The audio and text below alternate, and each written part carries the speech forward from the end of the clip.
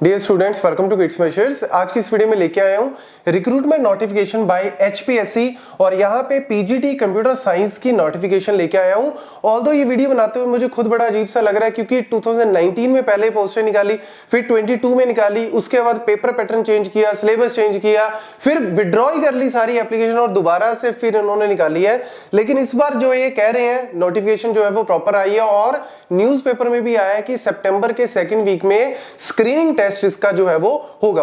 और वीडियो बनानी जरूरी भी है क्योंकि according to a survey Haryana state में सबसे ज्यादा अनएम्प्लॉयमेंट रेट है, 37.5 के राउंड जो है वो अनएम्प्लॉयमेंट रेट है। तो अगर मेरी इस वीडियो से किसी का भी बेनिफिट हो रहा है तो इससे अच्छी बात मेरे लिए क्या होगी। तो इसीलिए इस वीडियो में मेन सारी चीजें आपको बताने जा रहा हूं। तो डेट ऑफ पब्लिकेशन यहाँ पे 24 जून ऑलरेडी ये डेट निकल चुकी है। यहाँ पे ओपन जो है वो स्टार्ट हो चुका है इसका फॉर्म अप्लाई करना और लास्ट डेट बल्कि आने वाली है 18 जुलाई। तो इसीलिए जिन स्टूडेंट ने अप्लाई नहीं किया, अगर वो एलिजिबल है, एचटेट उनका क्वालिफाई है, तो डेफिनेटली उनको अप्लाई करना चाहिए। और दूसरी सबसे ज्यादा जो इंपॉर्टेंट चीज है, जिन्होंने ऑलरेडी अप्लाई किया हुआ है उनको भी एक बार जो है वो फ्रेश एप्लीकेशन अप्लाई करनी है। फीस नहीं देनी, दोबारा से एलिजिबिलिटी आपकी वही काउंट होगी, लेकिन एक बार आपको दोबारा से पोर्टल में जाके अप्लाई जरूर करना है। ये क्लियर कट इन्होंने मेंशन किया हुआ है, ये देख लो। सबसे इंपॉर्टेंट लाइन यही है क्योंकि कई बार स्टूडेंट को लगेगा कि सर मैंने तो 19 में अप्लाई कर दिया था या मैंने तो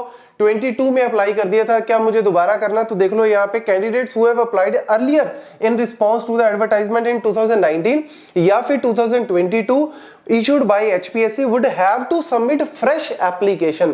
उनको फ्रेश एप्लीकेशन जो है वो दोबारा से करनी है।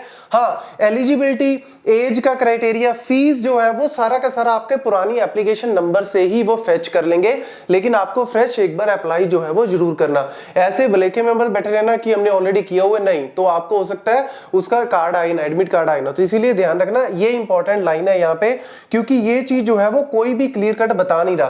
फीस दोबारा नहीं भरनी अगर आपने ऑलरेडी भरी हुई है। अब आते हैं जी मेन पॉइंट्स पे। उसके बाद यहां पे हमारे पास आ जाती है नंबर ऑफ। अगर हम पोस्ट की बात करें तो अच्छा नंबर है, बट क्योंकि मैं पहले भी 3-4 बार वीडियो बना चुका हूं तो मैं यहां पे बार बार नहीं बोलूंगा बहुत अच्छा नंबर है ये वो, क्योंकि मैं चाहता हूं कि इस बार पहले से एग्जाम जो है वो कंडक्ट हो जाए। ऐसा ना हो कि फिर कोई गड़बड़ी हो जाए, कभी कोई लीकेज हो रहा है एग्जाम में, कभी कोई क्या हो रहा है। तो ऐसी चीजें अगर ना हो तो अच्छी बात है और स्टूडेंट जो है वो कहीं ना कहीं अगर जिन्होंने मेहनत की हुई है उनको डेफिनेटली जॉब यहाँ पे मिलनी चाहिए। जनरल के लिए 898, बाकी जो है वो आपकी कैटेगरी वाइज है। तो नंबर ऑफ पोस्ट तो अच्छी है, लेकिन ऑब्वियसली एप्लीकेंट्स भी बहुत ज्यादा होंगे क्योंकि 19 में फिर 20, 21, 22 ये सारे एप्लीकेंट जिन्होंने भी एचटेट क्वालिफाई किया हुआ है वो डेफिनेटली भरेंगे। फिर उसके बाद आपके एलिजिबिलिटी जो पुरानी थी वही सेम है। अगर भरा हुआ है तो बात छोड़ दो इसको, लेकिन अगर नया भरना चाहते हो तो फिर आपको पता होना चाहिए एमएससी कंप्यूटर साइंस आ जाता है, एमसीए आ जाता है, ठीक है। उसके बाद बीई बीटेक आ जाता है यहाँ पे विद 55% मार्क्स। ये सारी चीजें, matric with Hindi, HTET state जो है वो क्वालिफाई होना चाहिए, कंसिस्टेंट गुड एकेडमिक रिकॉर्ड, ये सारी चीजें जो है वो आपको कहीं ना कहीं पता लग जाएंगी अगर एक बार आप इसको ध्यान से पढ़ोगे। मेन यहाँ पे कहानी आ जाती है पैटर्न ऑफ एग्जाम। अगर हम बात करें एग्जाम की तो पहले एक पेपर ही था, उससे पहले भी जब भी हुआ है एक एग्जाम में चल जाता था काम, एचटेट दिया हुआ है उसके बाद आप इसको भरते हो, काम खत्म। लेकिन इस बार जो है वो इसके वैसे तो 3 स्टेप है, इंटरव्यू भी है, लेकिन पहले अगर हम बात करें यहाँ पे पहला स्टेप आपका आ जाता है स्क्रीनिंग का। स्क्रीनिंग में 100 क्वेश्चंस इन्होंने मेंशन किए हुए हैं कि आपके ऑब्जेक्टिव टाइप क्वेश्चन होंगे 100। उसमें से आप मान के चलो कि 80 क्वेश्चन जो है, around 80% of the question from the concern subject, मतलब कंप्यूटर साइंस की बात करें तो 80% क्वेश्चन कंप्यूटर साइंस के होंगे। सिलेबस जो है वो पहले जो था नोटिफिकेशन में वही सेम सिलेबस है, आपको लास्ट में मिल जाएगा सिलेबस जो है वो सारा का सारा। मैं हल्का सा आपको ओवरव्यू उसका भी दे दूंगा। तो 80 क्वेश्चन आपके कंप्यूटर साइंस में आ जाते हैं। रिमेनिंग जो है वो बाकी के 20 क्वेश्चन साइकोलॉजी में से आ जाते हैं, ठीक है। उसके बाद जो है वो आपके पास ज्योग्राफी आ जाता है, पॉलिटिकल आ जाता है, इकोनॉमी कल्चरल ऑफ हरियाणा आ जाता है, रीजनिंग के कुछ क्वेश्चन आ जाएंगे। मतलब 5-5 क्वेश्चन आप मान के चलो, 5 रीजनिंग के आगे, 5 आपके एप्टीट्यूड के आगे, 5 आपके हरियाणा से रिलेटेड आगे। इस तरीके से आप इसको बाइफरकेट कर सकते हो। 120 मिनट जो है वो टोटल आपके पास टाइम है। यहाँ पे 120 मिनट में आपको 100 क्वेश्चंस जो है वो करने हैं। तो लेवल जो है वो बिल्कुल एचटेट का ही रहेगा, जो एचटेट में लेवल आता है उसका ही आपका जो है वो मान के चलो, हल्का ऊपर नीचे हो सकता है, बट उसके में आपको मैंने पहले भी बताया हुआ है कि कई बार ये प्रीवियस ईयर पीएसयूज के जैसे एनआईसी का, बार्क का, डीआरडीओ का कई बार इस तरीके से क्वेश्चन यूजीसी नेट के उठा के एज इट इज डाल देते हैं, तो उससे लगता है कि स्टूडेंट को टफ हो गया, बट खुद से तो ये इजी ही बनाने की कोशिश करेंगे मीडियम लेवल तक का। ठीक है, उसके बाद आ जाता है हमारे पास ऑल क्वेश्चंस जो है वो इक्वल मार्क्स के हैं, 5 ऑप्शन होंगे, ये भी एक अच्छा चीज है। 4 ऑप्शन तो आपके नॉर्मली हो ही गए। 0.25 जो है वो यहाँ पे नेगेटिव मार्किंग भी दी हुई है। अगर आपने क्वेश्चन नहीं अटेम्प्ट करना तो लास्ट ऑप्शन जो है वो जरूर मार्क करके आना, अदरवाइज वो आपको काउंट नहीं करेंगे। तो इसीलिए अगर आपको नहीं करना, अटेम्प्ट नहीं करना, तो उसको भी आपको ई ऑप्शन लगा के आना। ये चीज जो है वो इन्होंने मेंशन की हुई है।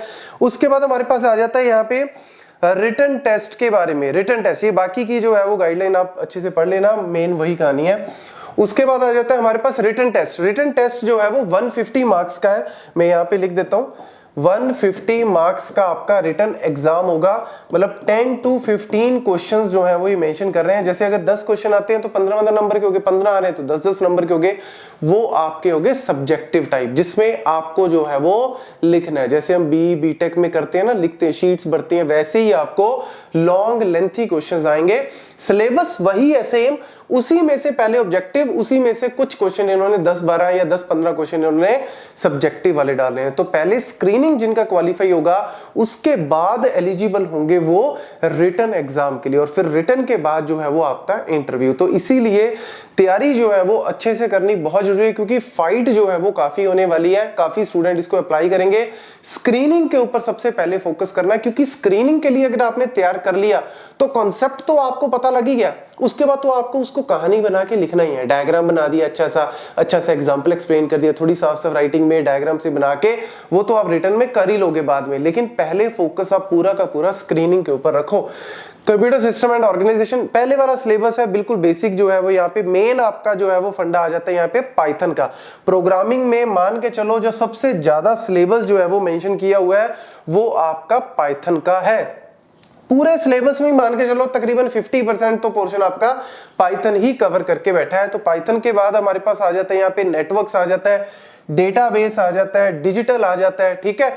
या फिर उसके बाद अगर हम बात करें यहाँ पे डेटा स्ट्रक्चर का पोर्शन आ जाता है, ठीक है। एल्गोरिदम का आ जाता है। मतलब सिलेबस इन्होंने जो भी डाल सकते थे सारा डाल दिया। सॉफ्टवेयर इंजीनियरिंग भी डाल दिया, थ्योरी ऑफ कंप्यूटेशन भी डाल दिया, कंपाइलर भी डाल दिया, एडवांस टेक्नोलॉजीज भी डाल दी, पूरा भर दिया इसको। लेकिन मान के चलो कि आपको तैयारी जो है वो इजी टू मीडियम लेवल तक की करके जानी है। फालतू में बहुत हाई लेवल का मत पढ़ना, इतने लेवल के क्वेश्चन नहीं आएंगे। प्रोग्रामिंग में मेन पाइथन के ऊपर सबसे ज्यादा फोकस करना, उसके ऊपर सबसे ज्यादा क्वेश्चंस आपको मिलेंगे। और अगर आप पूरा कोर्स इसके ऊपर चाहते हो तो ऑलरेडी मैंने इसके ऊपर कोर्स बनाया हुआ है, उसका लिंक जो है वो डिस्क्रिप्शन बॉक्स में आपको मिल जाएगा। नीचे आपको व्हाट्सएप नंबर दिख रहा होगा, उस पर भी आप हमें कांटेक्ट कर सकते हैं।